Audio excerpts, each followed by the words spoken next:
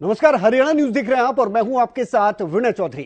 दिन भर आप सैकड़ों खबरें देखते हैं, इनसे रूबरू होते हैं, लेकिन इनमें से कुछ ऐसी खबरें होती हैं जो सुर्खियां बनती हैं दिन भर की। और इन्हीं सुर्खियों वाली खबर पर विस्तार से बातचीत करेंगे इस खास शो में, जिसका नाम है खबर गरम है।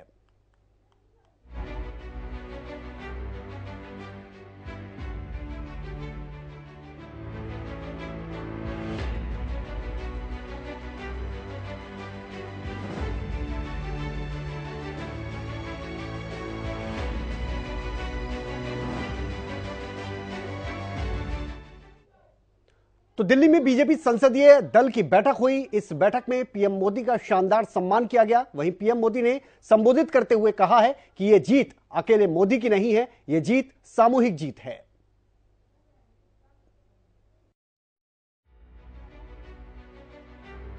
दिल्ली में बीजेपी संसदीय दल की बैठक हुई। राजस्थान, मध्य प्रदेश और छत्तीसगढ़ में मिली बम्पर जीत पर बीजेपी सांसदों ने पीएम मोदी का सम्मान किया। तीनों राज्यों में प्रचंड बहुमत के साथ सरकार बनाने की तरफ बढ़ रही बीजेपी इस जीत का ताज पीएम मोदी के सिर पहना रही है। बीजेपी संसदीय दल की बैठक में प्रधानमंत्री नरेंद्र मोदी ने कहा कि ये जीत अकेले मोदी की नहीं है, ये सामूहिक जीत है। सबने मिलकर काम किया, सबकी मेहनत से हम चुनाव जीते हैं। तैयार रहें 2047 तक भारत को विकसित बनाना है। सरकारी योजनाओं को अच्छे से लोगों के सामने रखें। इस मौके पर पीएम मोदी ने सभी के काम की सराहना की। उन्होंने ये भी कहा कि 22 दिसंबर से 25 जनवरी तक सभी बीजेपी सांसदों और मंत्रियों को विकास भारत संकल्प यात्रा में हिस्सा लेना है। बीजेपी की 3 राज्यों में जीत पर पीएम मोदी ने बीजेपी संसदीय दल की बैठक के दौरान ये भी कहा कि ये किसी की निजी जीत नहीं बल्कि सामूहिक जीत है। पीएम मोदी ने कहा कि मुझे मोदी जी बनाकर जनता से दूर मत करो। उन्होंने कहा कि मैं मोदी हूँ। बीजेपी संसदीय दल की बैठक में केंद्रीय मंत्री और बीजेपी नेता प्रहलाद जोशी ने कहा कि पीएम मोदी ने आज एक दिलचस्प तथ्य साझा किया। सरकार में रहते हुए जब कांग्रेस पार्टी को 40 बार राज्यों में चुनाव का सामना करना पड़ा तो उसे केवल 7 बार सफलता मिली। वहीं भारतीय जनता पार्टी को 39 बार दोबारा जनादेश लेने का मौका मिला और 22 सफलता मिली। केंद्रीय मंत्री और बीजेपी नेता प्रहलाद जोशी ने कहा कि पीएम मोदी ने आह्वान किया है कि केवल 4 जातियां मौजूद हैं, महिलाएं, युवा, किसान और गरीब, और हमें उनके समग्र विकास के लिए काम करना होगा। समझा जाता है कि प्रधानमंत्री ने यह भी कहा है कि अपने शासन मॉडल और प्रदर्शन के कारण बीजेपी अब एक पसंदीदा पार्टी है, भले ही वो सत्ता बरकरार रखना चाहती हो। बीजेपी का दावा है कि उसने सत्ता विरोधी लहर को खत्म कर दिया और जन समर्थक योजनाओं के प्रदर्शन और कार्यान्वयन के आधार पर इसे सत्ता समर्थक लहर में बदल दिया। बैठक में राजस्थान सहित तीनों राज्यों के मुख्यमंत्री को लेकर भी चर्चा हुई।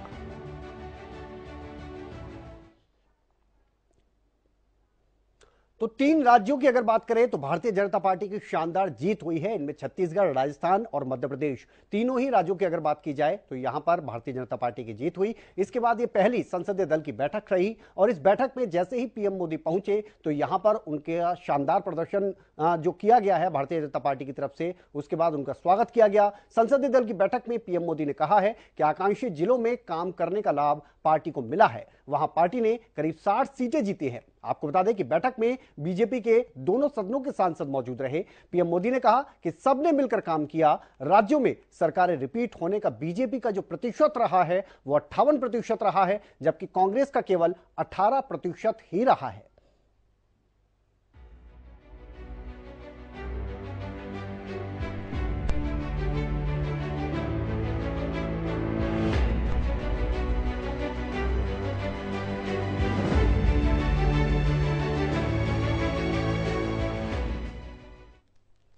तो एक तरफ तो भारतीय जनता पार्टी की संसदीय दल की बैठक हुई, तो दूसरी तरफ अभी तक यह साफ नहीं हो पा रहा है कि तीनों राज्यों में जहां पर भारतीय जनता पार्टी जीती है वहां पर सीएम होगा कौन। और इसे लेकर लगातार भारतीय जनता पार्टी की बैठकों का दौर चल रहा है, चर्चाओं का दौर चल रहा है, लेकिन यह साफ नहीं कि इन 3 राज्यों में कौन सीएम पद का उम्मीदवार है।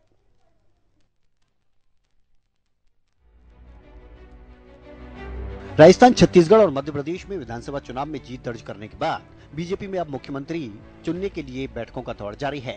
जहां राजस्थान में और छत्तीसगढ़ में बीजेपी अब तक विपक्ष में थी, तो वहीं मध्य प्रदेश में बीजेपी ने सत्ता में वापसी की है। मुख्यमंत्री कौन होगा, इस पर अलग अलग नामों पर चर्चा के बीच ये चर्चा गर्म है कि पार्टी तीनों राज्यों में किसी नए चेहरे पर दाव लगा सकती है। हालांकि पार्टी का कोई भी नेता इस मसले पर खुलकर कुछ भी नहीं बोल रहा। पार्टी नेताओं की तरफ से बस यही कहा जा रहा है कि इसका जल्द फैसला होगा और सभी को पता चल जाएगा। इस बीच सूत्रों ने बताया कि पूर्व सीएम वसुंधरा राजे ने बीजेपी के केंद्रीय नेतृत्व को पार्टी लाइन के साथ रहने का भरोसा दिया है। उन्होंने कहा कि पार्टी के फैसले के साथ वो रहेंगे। बीजेपी में भी बैठकों का दौर बैक टू बैक देखने को मिल रहा है।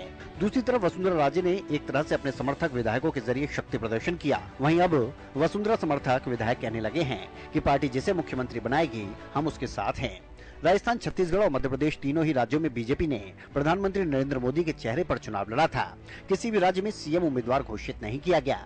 जिस तरह पार्टी ने तीनों जगह अच्छी जीत दर्ज की है, उससे ये संभावना और ज्यादा बढ़ गई है कि बीजेपी तीनों राज्य में नई लीडरशिप तैयार कर सकती है। एक तरफ ये चर्चा भी है कि हो सकता है अगले साल होने वाले लोकसभा चुनाव तक बीजेपी इन राज्यों में और खासकर मध्य प्रदेश और राजस्थान में पुराने चेहरों यानी शिवराज और वसुंधरा राजे को जिम्मेदारी सौंप सकती है।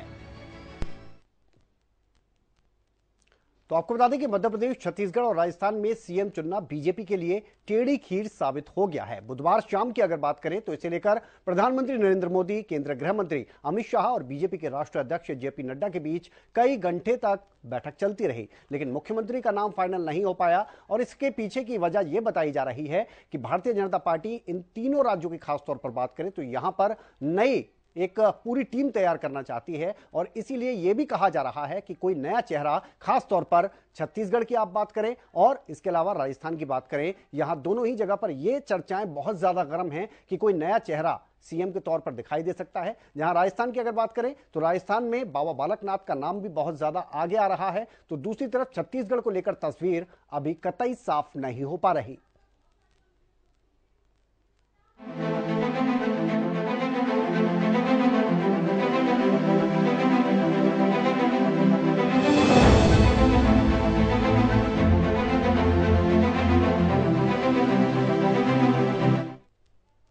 तो तीन राज्यों में जीत के बाद भारतीय जनता पार्टी की तरफ से जो फॉर्मूला अपनाया गया था उसे सही बताया जा रहा है सभी की तरफ से। वो फॉर्मूला था कि सांसदों को टिकट देना, और सांसदों को टिकट दी गई तो इनमें से ज्यादातर सांसद जीत कर आए हैं। अब इन्होंने इस्तीफा देना शुरू कर दिया है, यानी अपनी सांसदी छोड़ना शुरू कर दिया है।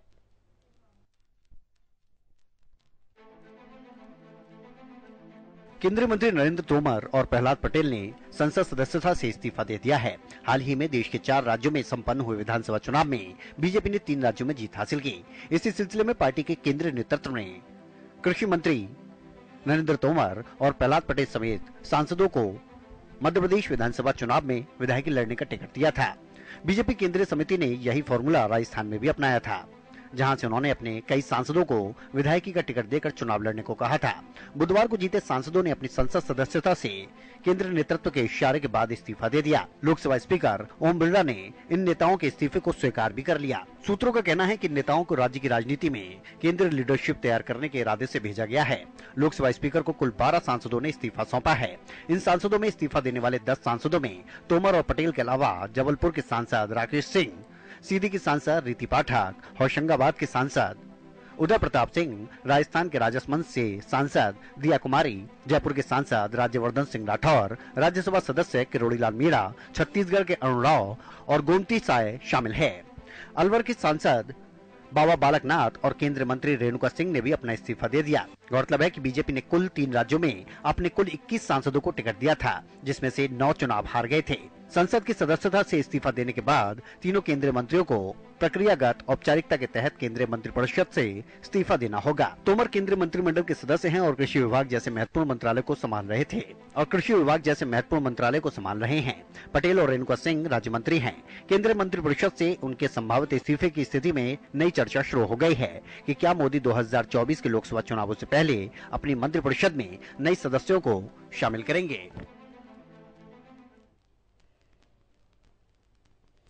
तो बीजेपी केंद्रीय समिति ने राजस्थान, एमपी और छत्तीसगढ़ समेत अलग अलग राज्यों में सांसदों को चुनाव में उतारने का फॉर्मूला अपनाया था। बीजेपी ने कुल 3 राज्यों में अपने 21 सांसदों को टिकट दिया था, जिनमें से 9 तो चुनाव हार गए। हालांकि जीते हुए सांसदों ने अपनी सांसदी अब छोड़ना शुरू कर दिया है। ज्यादातर लोगों ने छोड़ दिया है, यानी अब इनके राज्यों के हिसाब से ही आगे की राह इनकी तय होगी। यानी जिन चेहरों को अब तक हम केंद्र में देखते हुए नजर आ रहे हैं, उन चेहरों को अब आप राज्यों में भी देखेंगे। राज्यों में इनकी क्या भूमिका होगी ये कुछ समय बाद साफ हो जाएगी, लेकिन ये वाकई में एक नया फॉर्मूला था जो एकदम सटीक बैठता नजर आ रहा है।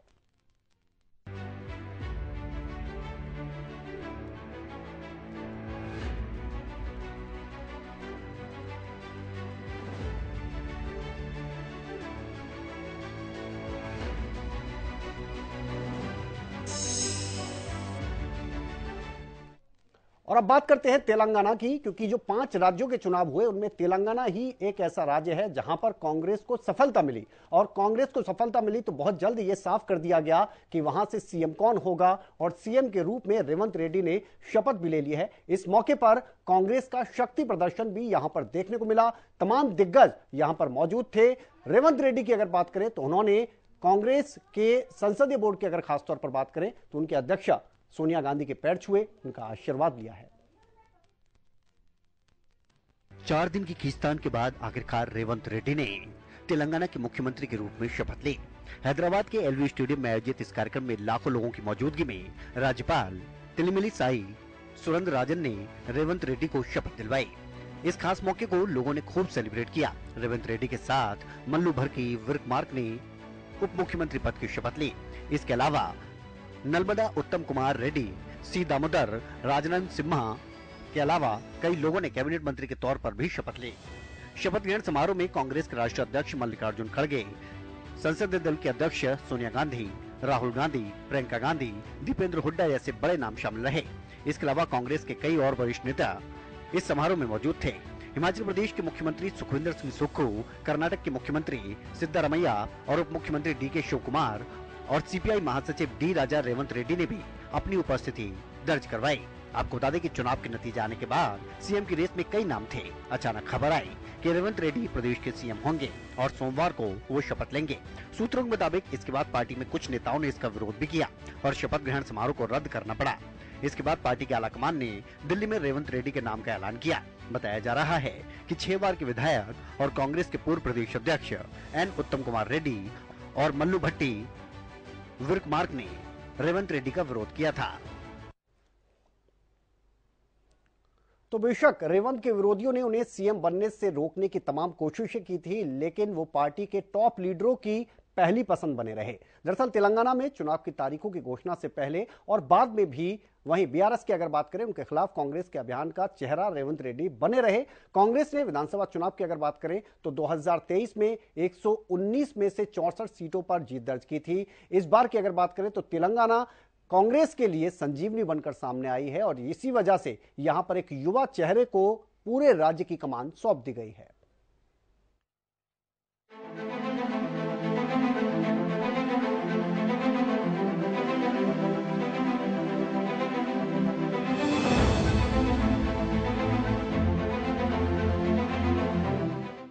और अब बात करते हैं तमिलनाडु की, जहां पर चक्रवात मिचोंग ने तबाही मचा रखी है। काफी लोगों की जान जा चुकी है। इस बीच रक्षा मंत्री राजनाथ सिंह चेन्नई पहुंचे। उन्होंने तमिलनाडु के मुख्यमंत्री से मुलाकात की। अधिकारियों के साथ भी उन्होंने समीक्षा बैठक की है।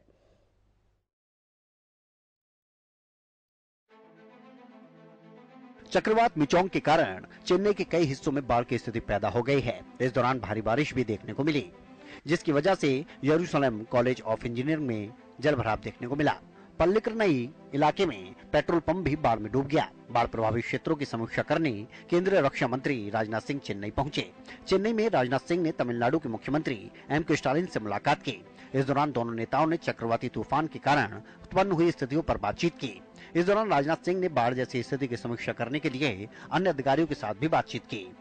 सीएम स्टालिन और अन्य अधिकारियों के साथ बैठक में रक्षा मंत्री ने कहा कि तमिलनाडु में चक्रवात मिचोंग की वजह से मरने वालों के लिए दुखी हैं। वो इस परिस्थिति का व्यक्तिगत रूप से निगरानी कर रहे हैं। उन्होंने मुख्यमंत्री स्टालिन से बात की और कहा कि प्रधानमंत्री ने मुझे भी व्यक्तिगत रूप से परिस्थिति की निगरानी करने का निर्देश दिया है। सेना के जवान, नौसेना, वायुसेना, एनडीआरएफ, मौसम विभाग समेत अन्य केंद्रीय एजेंसियां इस संकट को कम करने के लिए अपना हर संभव प्रयास कर रही हैं। चक्रवात मिचोंग से हुए नुकसान और राहत व बचाव कार्य के लिए तमिलनाडु के सीएम ने प्रधानमंत्री नरेंद्र मोदी को पत्र लिखकर केंद्र से तत्काल 5060 करोड़ रुपए की मदद मांगी थी। साथ ही केंद्रीय टीम भेजने का भी आग्रह किया था, जिसके बाद रक्षा मंत्री राजनाथ सिंह चेन्नई पहुंचे। तो ये कहा जा रहा है कि चक्रवाती तूफान मिचोंग अब कमजोर पड़ गया है। मंगलवार को आंध्र प्रदेश में नेल्लौर और मछलीपट्टनम के बीच तट से टकराने से पहले इसने चेन्नई समेत तमिलनाडु के 4 जिलों में भारी तबाही मचाई, जिसका विनाशकारी मंजर अभी भी देखने को मिल रहा है। स्कूल और कॉलेज बृहस्पतिवार को भी बंद रखे गए और स्कूलों में अर्धवार्षिक परीक्षाएं टाल दी गई। रक्षा मंत्री राजनाथ सिंह यहां पर पहुंचे। उन्होंने खुद हवाई सर्वेक्षण के जरिए ये देखा कि किस तरह से इस तूफान ने तबाही मचाई है। और इसी बीच जब मुख्यमंत्री से रक्षा मंत्री ने मुलाकात की तो उन्होंने कहा है कि हर संभव मदद यहां पर दी जाएगी।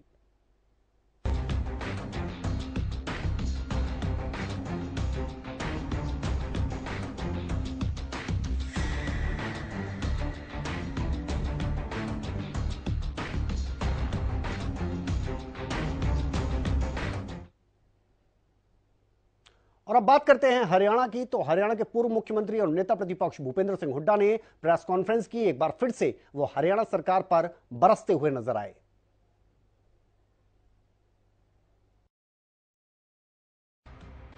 पूर्व सीएम भूपेंद्र हुड्डा ने चंडीगढ़ में प्रेस कॉन्फ्रेंस कर प्रदेश सरकार पर निशाना साधा।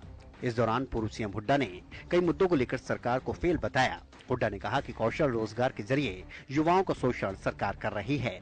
जहरीली शराब को लेकर भी हुड्डा ने बयान दिया। प्रजातंत्र में हार जीत कोई बड़ी चीज नहीं है, लेकिन जो नंबर ऑफ वोट्स हैं चारों प्रदेशों के, मिजोरम को छोड़ के आप देखोगे तो कांग्रेस की 10 लाख ज्यादा वोट टोटल। ये ठीक है, सरकार राजस्थान में पिछली बार से ज्यादा वोट आई, नहीं सरकार नहीं बनी।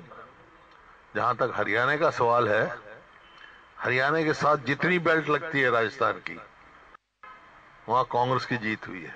वो एक क्लियर इंडिकेशन है कि हरियाणा में क्या होने जा रहा है। 34 सीटें हैं जो साथ साथ हमारे जिले लगते हैं, और जयपुर से उस तक तो कोई तकरीबन 60 सीट है, लेकिन 34 में से 29 जो है कांग्रेस जीती है।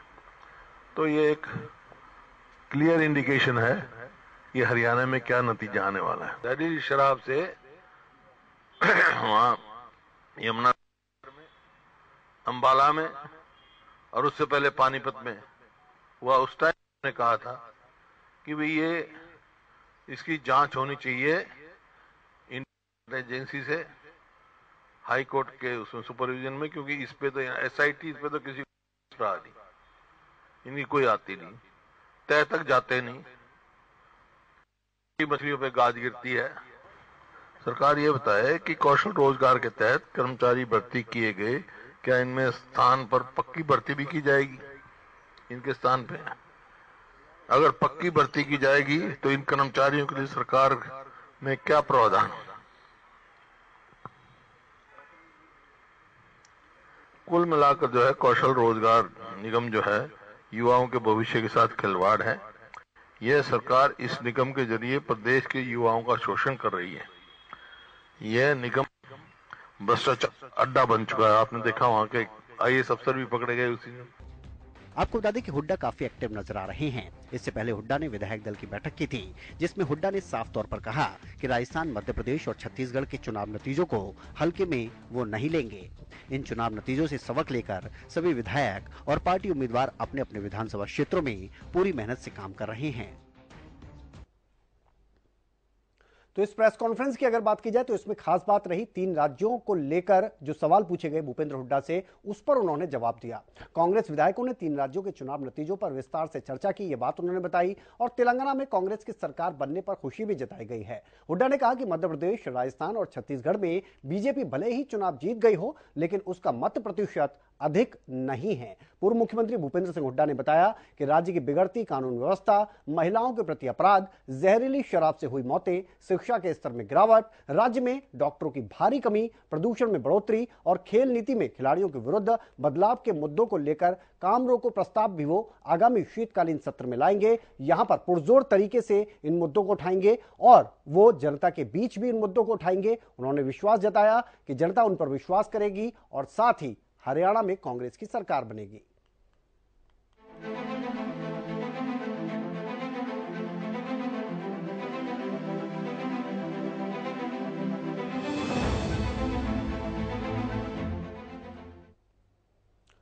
और कुरुक्षेत्र में अंतर्राष्ट्रीय गीता महोत्सव का आगाज हो गया है। मुख्य अतिथि के तौर पर यहां पर राज्यपाल बंडारू दत्तात्रेय पहुंचे। उन्होंने मीडिया से बातचीत भी की।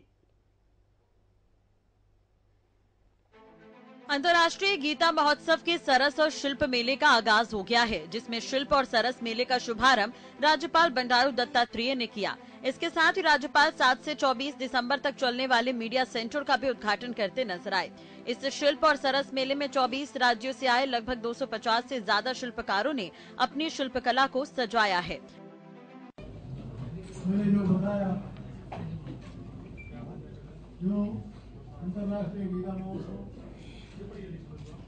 बहुत ही हमारा हरियाणा के लिए नहीं, लेकिन कुरुक्षेत्र सारे देश में महाभारत में जो युद्ध हुई है, कौरव और पांडवों का जो युद्ध हुआ है, और इसमें भगवान कृष्ण ने गीता का संदेश जो दिया है, ये बहुत ही हमारे लिए सदियों तक प्रेरणादायी है। आपको बता दें कि सरस और शिल्प मेले को देखने के लिए देश व प्रदेश के कोने कोने से लाखों पर्यटक हर वर्ष कुरुक्षेत्र पहुंचते हैं। शिल्प मेले में NZCC की तरफ से 24 राज्यों के राष्ट्रीय अंतर्राष्ट्रीय अवार्ड विजेताओं को आमंत्रित किया गया है और लगभग 250 शिल्पकार मेले में शिरकत कर रहे हैं। इसके अलावा DRDA की तरफ से भी सरस मेले में करीब 100 शिल्पकारों को आमंत्रित किया गया है। तो अंतर्राष्ट्रीय गीता महोत्सव की बात करें तो 17 तारीख से लेकर 24 दिसंबर तक मुख्य कार्यक्रम यहां पर होने हैं। महोत्सव में हरियाणा के लोक नृत्य, शिल्प, लघु उद्योग, खान पान, इसके अलावा जो भी चीजें हैं उनसे संबंधित हरियाणा पवेलियन यहां पर लगाया जाएगा, जिससे महोत्सव में आने वाले पर्यटक और तीर्थयात्री हरियाणा की संस्कृति से बेहतर तरीके से रूबरू हो सके। हरियाणा के विकास एवं उन्नति विषयक प्रदर्शनियां भी यहां पर लगेंगी। अलग अलग विभागों की तरफ से ये प्रदर्शनी लगाई जाएंगी, जिससे लोगों को सरकार की तरफ से चलाई जा रही जन कल्याणकारी जो योजनाएं हैं और साथ ही क्षेत्र विशेष में हुए विकास की जानकारी भी उनसे मिलेगी। इसके अलावा आपको बता दें कि हर बार अंतर्राष्ट्रीय गीता महोत्सव को लेकर एक ऐसा माहौल देखने को मिलता है कि पूरा हरियाणा इस महोत्सव के रंग में रंगा हुआ नजर आता है।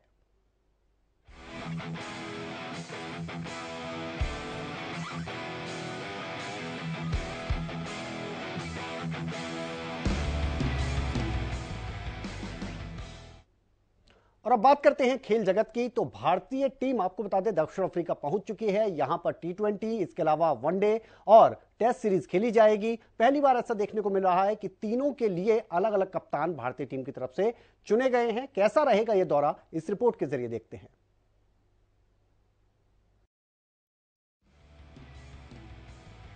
सूर्य कुमार यादव की कप्तानी वाली T20 भारतीय टीम बुधवार तड़के साउथ अफ्रीका के लिए रवाना हो गई। भारतीय खिलाड़ियों ने बेंगलुरु से दक्षिण अफ्रीका के लिए उड़ान भरी। सूर्या की कप्तानी में भारत ने हाल ही में अपने घर में ऑस्ट्रेलिया को 5 मैचों की T20 सीरीज में 4-1 से हराया था। ऐसे में भारतीय युवा खिलाड़ियों के हौसले बुलंद हैं। साउथ अफ्रीका में हालांकि टीम इंडिया के लिए हमेशा से मुश्किलें पेश आई है। ये चुनौतियां आसान नहीं रहने वाली है।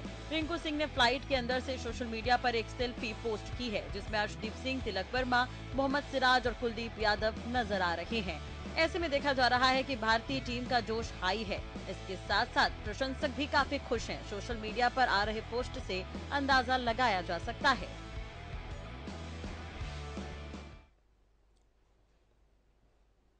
तो T20 की अगर आप बात करेंगे तो सूर्य कुमार यादव यहां पर टीम की कमान संभाल रहे हैं। इसके अलावा वनडे की अगर बात करेंगे तो KL राहुल हैं और तीसरी तरफ टेस्ट सीरीज में रोहित शर्मा टीम की कमान संभालते नजर आएंगे। अभी हाल ही की अगर बात करें तो भारतीय टीम ने बेहतरीन प्रदर्शन T20 सीरीज में किया ऑस्ट्रेलिया के खिलाफ। ऑस्ट्रेलिया के खिलाफ 5 मैचों की सीरीज पर कब्जा किया गया है। रिंकू सिंह बेहतरीन प्रदर्शन करते नजर आए थे और रिंकू सिंह का यह पहला साउथ अफ्रीका का दौरा भी है। 26 साल के इस बैट्समैन के अलावा ऋतुराज गायकवाड़, अर्शदीप सिंह, जितेश शर्मा, यशस्वी जायसवाल, इसके अलावा शुभमन गिल और रवि बिश्नोई भी पहली बार दक्षिण अफ्रीका के दौरे पर हैं। टीम इंडिया की यंगिस्तान पूरे जोश में है और कुछ कर गुजरने को इस बार वो तैयार है। ऑस्ट्रेलिया के खिलाफ बैटिंग में यशस्वी और ऋतुराज गायकवाड़ ने बल्लेबाजी में झंडे गाड़े थे, वहीं गेंदबाजी में स्पिनर बिश्नोई और मुकेश कुमार ने काफी प्रभावित किया है।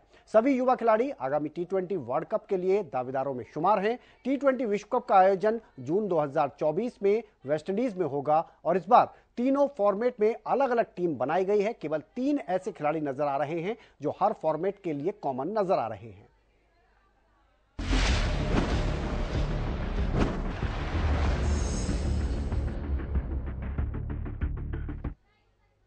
तो ये दिन भर की वो तमाम खबरें रही हैं जिनसे हमने आपको रूबरू करवाया, क्योंकि सुर्खियों के तौर पर ये पूरे दिन छाए रहे।